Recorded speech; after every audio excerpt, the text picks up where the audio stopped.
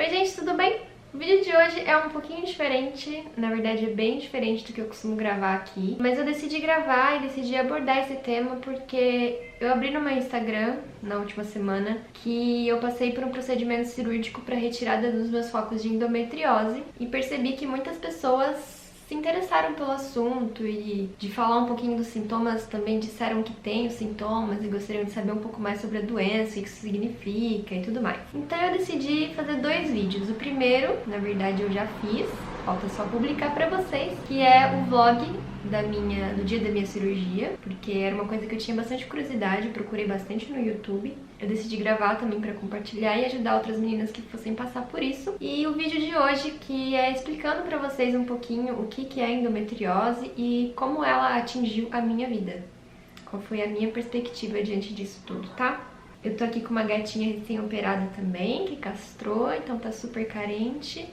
Vocês não conhecem ela ainda aqui no canal, é a Nora, mas eu mostro bastante lá no meu Instagram, então deem uma olhadinha por lá também, tá? Aproveitem pra me seguir, que eu pretendo falar bastante sobre esse assunto por lá também. Bom, então vamos lá. Antes de falar de sintomas de endometriose e como isso aconteceu na minha vida, a gente precisa entender o que é endometriose. As mulheres têm dentro do útero uma camada que chama endométrio, uma camada de tecido que chama endométrio. Durante o ciclo, esse endométrio varia de espessura. No início do ciclo ele está fino, aí com os hormônios e tudo mais ele vai engrossando para que no final do ciclo seja possível receber uma gestação. Quando essa gestação não acontece, esse endométrio descama e sai junto com o sangue. Isso é a sua menstruação. Os estudos ainda sobre endometriose são muito escassos, não se sabe muita coisa, mas alguns especialistas afirmam que as mulheres com endometriose têm a menstruação retrógrada. E o que isso significa? Que ao invés de que o seu sangue saia tudo pela vagina, ele volta um pouco pelas trompas. E ao voltar pelas trompas, esse endométrio acaba se implantando onde não deveria. Em alguns casos que ele se implanta na bexiga, no intestino, no apêndice, no diafragma, também na região externa do útero, nas trompas, no ovário. E não se sabe por que algumas mulheres desenvolvem a endometriose. Não se sabe por que esse tecido implanta fora de onde devia, mas é sabido que isso atrapalha de fato algumas mulheres, isso causa muita dor, causa infertilidade também. A endometriose é uma doença autoimune, ela não tem cura. O que você pode fazer é, como eu fiz, passar por uma cirurgia para retirada dos focos da sua endometriose. E existem outros tratamentos também, tratamentos entre aspas, na verdade você não trata a endometriose, você trata os sintomas, que são a base de hormônios. Você pode tomar pílulas e, enfim, coisas do tipo. Existem também os tratamentos mais naturais, com fitoterápicos, alimentação e exercício físico sempre. Mas, de novo, eles só tratam o sintoma, nunca vai fazer te curar de uma endometriose. A única cura, entre aspas, é com a cirurgia e ainda a cirurgia do modo de excisão. Não adianta cauterizar o seu foco, porque você vai cauterizar a superfície. Você precisa, na verdade, retirar toda a pele em volta desse foco de endometriose, senão há grande chance de voltar, tá bom? Eu não vou abordar aqui quais tratamentos você deve seguir, você tem que, claro, procurar um médico especialista que vai te atender, né, que vai te guiar nesse tratamento, nessa pesquisa. Mas o que eu posso contar aqui pra vocês é como foi a minha experiência, tá? Contar um pouquinho de quais foram os meus sintomas e de alguma forma torcer pra que ajude vocês, tá bom? Então, os sintomas mais comuns de endometriose é o que todo mundo mais ou menos conhece, né? É cólica, dor na relação sexual, dor para evacuar, dor na bexiga, mas tem algumas outras características também que podem indicar que você tem endometriose. Eu vou tentar listar aqui pra vocês um pouquinho delas, tá? Vão anotando aí pra ver certinho se vocês têm ou não, marcam sim ou não e corre no seu médico pra verificar direitinho, tá? Dor de cólica durante o seu período menstrual, dor na relação sexual, dores e sangramentos urinários e intestinais durante a menstruação, infertilidade, que aparece, obviamente, depois de um tempo, né, que você já está tentando engravidar, e acomete cerca de 40% a 50% das mulheres que têm endometriose, por isso que muitas mulheres descobrem a partir da tentativa de gravidez. Fluxo menstrual mais intenso que o normal, dores pélvicas durante o período menstrual, cansaço, dor ou desconforto para ir ao banheiro. Esses são os sintomas mais clássicos. Quando você busca lá no Google, ele vai te mostrar tudo isso. Mas existem algumas outras coisas que você vai escafunchando, vai associando ao seu ciclo, que que também podem caracterizar a endometriose. Só o seu médico especialista vai conseguir te dizer com mais precisão se esse sintoma tá linkado ou não à sua doença, tá? Mas é muito importante você anotar tudo e contar tudo que você sente pro seu médico, porque é a partir dessa história clínica dos seus sintomas que ele vai começar uma investigação mais profunda, tá? O diagnóstico da endometriose começa no consultório, começa com a conversa com seu médico e com o exame de toque. Mas eu vou abordar então um pouquinho aqui pra vocês quais foram os meus sintomas, vou abrir meu coração aqui, abrir minha intimidade pra vocês, tá? Na esperança de ajudar aí muitas mulheres a terem seu diagnóstico também. A minha vida com endometriose, eu acho que começou logo com a minha menstruação. Logo nos primeiros ciclos eu tinha cólicas muito fortes, tipo absurdas, de chegar quase a desmaiar de dor, e o meu fluxo também era muito grande. Eu lembro até hoje que minha mãe cobria o meu colchão com plástico, sabe, pra não vazar, não sujar o colchão. Que susto! E essas cólicas não passavam com remédio, assim, eu tomava, mas eu ficava na cama morrendo de dor, não cheguei, acho que eu não cheguei pra ir pro hospital, mas era terrível. E eu lembro que isso continuou por um tempo, até que minha mãe decidiu me levar no ginecologista pra ver o que estava acontecendo. Me lembro muito pouco dessa época, dessas consultas, mas eu me lembro que me foi indicado começar a tomar anticoncepcional pra tratar essa cólica. E assim foi por longos 12 anos, tá? Fiquei 12 anos da minha vida ingerindo essa droga.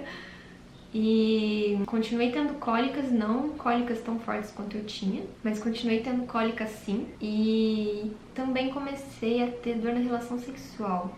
Não era uma dor muito incapacitante, mas era um incômodo, assim, sabe? Eu sentia que estava ali acontecendo alguma coisa. Esses, na verdade, foram sintomas que eu percebi na época. Hoje, decifrando um pouco mais, eu consigo lembrar de algumas coisas que eu já sentia na época. Como, por exemplo, dor lombar. Sempre que eu menstruo, eu sinto muita dor nas costas. E é bem cíclico, é sempre durante a menstruação. E é uma dor assim, de tô sentada, a hora que eu levanto eu não consigo me esticar direto, sabe? Eu preciso de um tempo pra conseguir me esticar de tanta dor. E outro sintoma que eu sempre tive, que eu percebi agora, é disfunção intestinal. Eu sempre que eu ia menstruar, eu sabia que eu ia menstruar porque eu sentia muita vontade de usar o banheiro. Obviamente eu tinha controle com a pílula, né? Sabia quando ia descer por causa da pílula, mas mesmo assim eu sempre tive esse sintoma. Aí cheguei em 2015, não me lembro agora se foi no final de 2015 ou 2016, e me deu um estalo assim, falou, eu vou parar com esse anticoncepcional, vou tentar engravidar em breve, então eu já vou tentando limpar meu organismo dessa droga, né? Sempre soube que era uma droga, mas eu sempre tomei pra me prevenir das cólicas, porque era uma coisa que eu jamais queria sentir de novo. Mas quando essa vontade de engravidar chegou, não logo, tá? Eu parei de tomar anticoncepcional, eu só vou começar a tentar engravidar 1 ou 2 anos depois, mas quando essa vontade de engravidar falou mais alto que a dor, então eu resolvi parar realmente com o anticoncepcional. Logo que eu parei o anticoncepcional, ficou tudo bem. Fiquei meses aí, sem sentir dor, sem sentir nada. Mas eu senti que a cólica ia aumentando. E a dor na relação sexual também foi aumentando consideravelmente. Mas estava suportável ainda, não precisava tomar remédio para aliviar a cólica, conseguia fazer minhas atividades normalmente. Seguia com a dor lombar, seguia com a disfunção intestinal, seguia com a minha dor no reto, que eu não comentei com vocês ainda, mas eu sentia pontadas bem lá no, sabe? E isso foi, tá, por 1, 2 anos, normal. Tava ali, bonitona, achando que eu tava livre, limpando meu organismo, que assim que eu tentasse engravidar, eu conseguiria. Mas aí a gente decidiu marcar esse período de iniciar as tentativas com uma viagem, que foi a viagem que a gente fez pra Nova York e pra Paris. Eu comprei essas passagens com bastante antecedência, porque a gente ainda não tinha passaporte, nem visto. Mas durante todo esse período eu tava bem tranquila, porque eu tinha certeza que assim que eu voltasse de viagem e começasse a de fato tentar engravidar, não demoraria mais do que 6 meses. Não foi bem assim que aconteceu. A gente viajou em fevereiro de 2018 e desde o início do mês de fevereiro de 2018 a gente tentou engravidar. Hoje é dia 7 de fevereiro de 2019 e estou completando oficialmente 1 ano de tentativas. Eu resolvi procurar ajuda porque eu entrei num grupo de tentantes e nesse grupo se falava muito sobre endometriose e algumas meninas compartilhavam seus sintomas. E foi a partir dos sintomas delas que eu comecei a reparar que eu também tinha, sabe? Tinha bastante coisa, tudo isso que eu relatei pra vocês.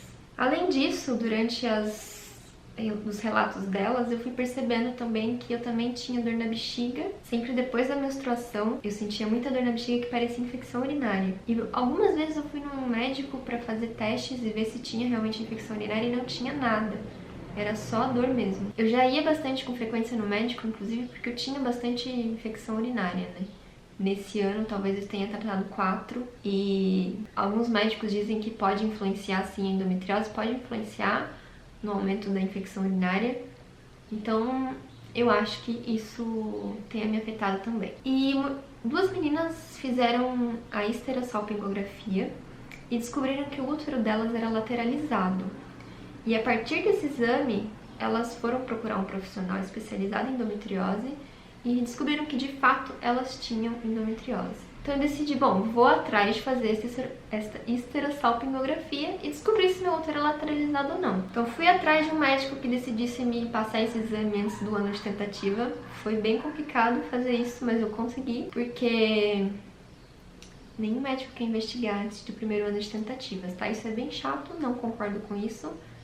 Se fosse o meu caso, eu só estaria começando a investigar agora, então eu perderia um tempo muito precioso, na minha opinião, óbvio, mas eu sou muito grata por ter corrido atrás disso. Estaria mais grata se tivesse descoberto lá, com meus 18 anos de idade? Obviamente, provavelmente não estaria tendo essas complicações que eu tive hoje, mas diagnóstico de endometriose hoje em dia é uma coisa muito difícil.